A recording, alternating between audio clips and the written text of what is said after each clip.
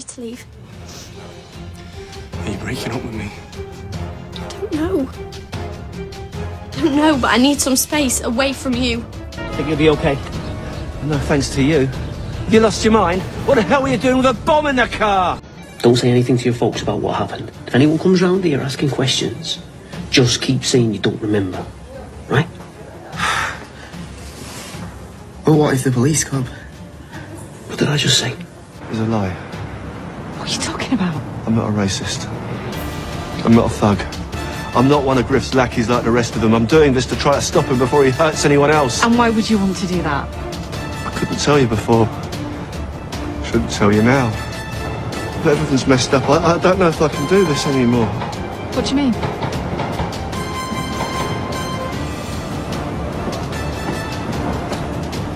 I'm an undercover police officer. Coronation Street is in 4th place in my soap opera rankings for December 2022. After falling a lot over the past few months, Coronation Street, of course, started the rankings so high in my rankings, was in 1st place for like most of the first 7 months I did these rankings. And then it started falling, and I still feel like the quality is nowhere near where it was this time last year. But because of the way some of the other soaps are written, Corey at least gets up to 4th place. They do have at least one good story, one pretty solid story going on. Even though I feel like overall the story isn't written that well and could be written better, I still think that they're doing a good enough job with that story for me to put Coronation Street this high. A lot of their other stories aren't that great, though. It's similar to Hollyoaks and Days, where there's just one good story and then the rest of the stories kind of suck. I guess these stories on Coronation Street suck a little less, and it's just a little, but a little less than Hollyoaks and Days. I think the difference between Coronation Street and those two soap operas is that both Days and Hollyoaks just have these really outlandish stories going on that are just, I can do over-the-top soap opera stories.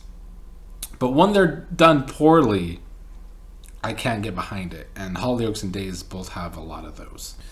But let's talk about some of these Coronation Street storylines. The storyline that has been working for me has been the whole Griff stuff and the whole racist situation and him kind of turning Max into an extremist.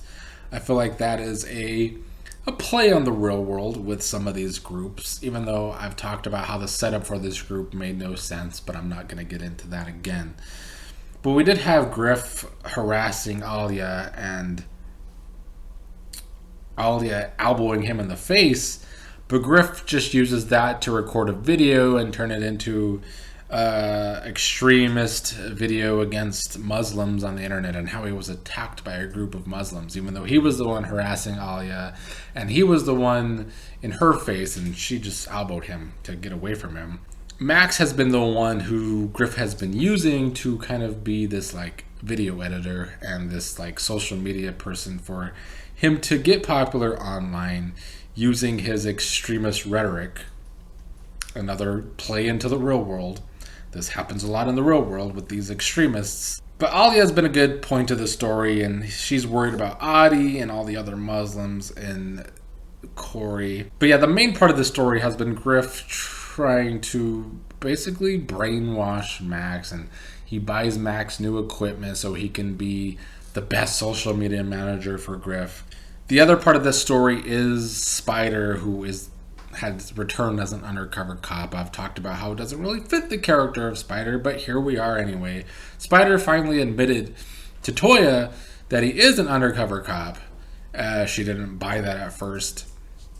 But this is his way of trying to tell her he's not really involved with this racist group. He's going undercover in it because it can become even more dangerous than it already is starting to be.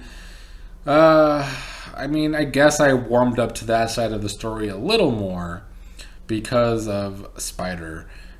But then we have them going away on this retreat, which is supposed to be this survival retreat. Of course, David doesn't want Max to go on this retreat, and Max gets more than he bargained for on this retreat. that it is really a survival retreat. They have to kill an animal, which he can't get himself to skin that animal. And he thinks Griff is going to look like him as a weak failure. And then he starts messing around with the equipment in the car, not realizing there's a bomb in the car that Griff has, and the bomb goes off and hurts Max. But Griff gets Max to lie to the police so they don't become suspicious of Griff.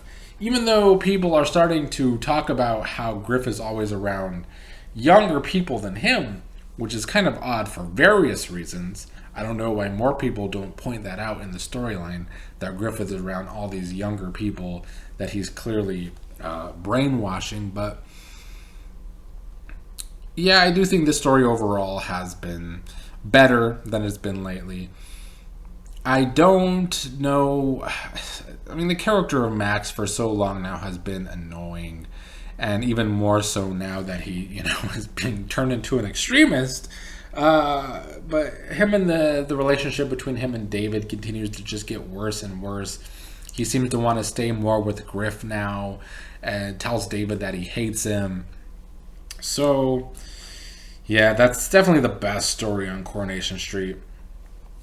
I'd say the other main story remains Steven, which I don't know what we're supposed to get out of the storyline with Steven.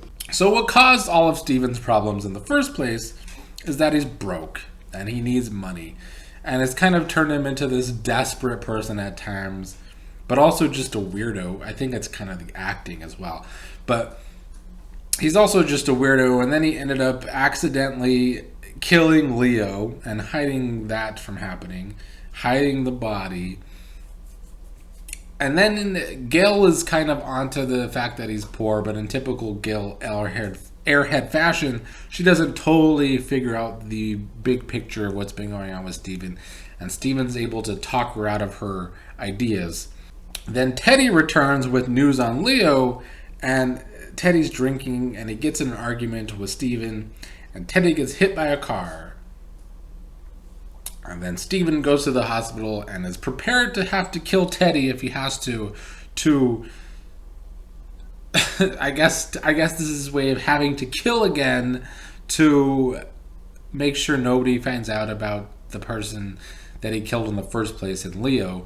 Even though him and Leo were just having a fight and it was an accidental murder, he now has to go to more desperate measures to almost kill Teddy in the hospital. Luckily, somebody walked into the room. But I'm still wondering overall, the story is so weird. It's just weird. Because Steven's weird. And not weird in like a serial killer, a typical serial killer way. He's just so... I can't even explain it. I'm sure the only people watching this video are Coronation Street fans, so they know what I'm talking about. But if anybody else is watching this video from another soap opera just to see my thoughts on Coronation Street, just know Steven's character is weird and I guess awkward. Steven's just awkward. So the fact that he is the person now so desperate to have to kill again to hide the fact that he accidentally killed someone in the first place, it's a bit much, I guess. But I still feel like most people online enjoy this storyline because it is so awkward and it's kind of funny, even though it's not meant to be funny, because of some of the acting. I'll quickly go over some other stories. Tyrone and Fizz marry again. You all should know by now, I don't like the characters of Tyrone and Fizz. Nor do I like the character of Sean, but Sean's involved with this Lawrence guy that Todd and Lawrence kissed, and so he's mad at Todd, and we kind of have this triangle. And Todd's wondering why Lawrence's wife, Lawrence was once married to a woman, he's wondering why Lawrence's wife died by falling off a cliff, which is, pretty suspicious, I guess. But they haven't really got more into that. And I don't really care about that triangle at all. Anyway, Jacob's dad came to town, and I have warmed up to the character of Jacob. I've found him interesting over the past year. And so Jacob and his dad had this falling out. His name is Damon, and he keeps trying to resurrect his relationship with Jacob. I don't hate that story. I think it could be interesting to see what Damon brings to the show. He seems to be kind of like villainous type character himself. I do feel like Coronation Street right now has a lot of scummy weasel type characters going on at once, maybe a little too much. But at least this one is kind of working.